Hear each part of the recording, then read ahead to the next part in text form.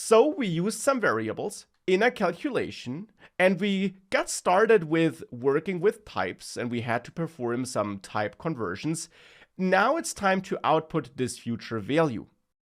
And of course, we already saw how we can output values. We can import that FMT package again, and then use it down here to call the print function to output something to the console.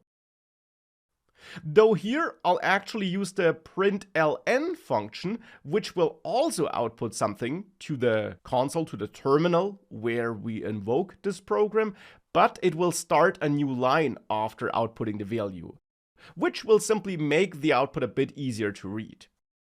And it's then this future value that should be output here. With that, you should have no more errors in your code, and you can save this code. Now, as you see here, when I pressed save with that Go extension installed, my imports here got changed. Instead of having two import statements like this, I now have one import statement with parentheses and then one package per line. And that's the recommended and common import syntax when working with Go if you're importing more than one package. The other code here also would work, but that's what you'll commonly use. So split your imports across multiple lines, wrap them with parentheses, and import them like this. Important, there is no comma or semicolon after every import. Instead, you just list them like this. And with that, we can now invoke this program, for which we of course can open that command line again. Now we could again build that program and then run it, but of course during development you don't typically do that, because it is an extra step you would have to go through.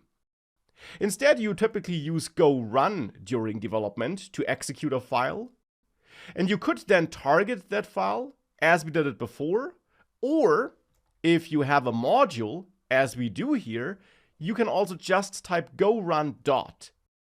And this will execute this module, so the main package and the main function of that module.